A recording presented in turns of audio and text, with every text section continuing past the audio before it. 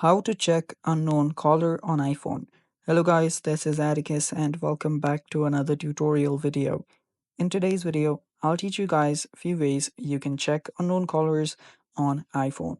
So without any further ado, let's dive right into it. So if you've been receiving, calls from unknown number which is caller ID has been hidden. So what you can do in that case is that to identify them, you can try dialing *69. After you've dialed this, it will actually just call back the last incoming call. So that might reveal the number if it was hidden. So that's one way of doing it, but sometimes it may not always work. In that case, you can simply install an app called Truecaller.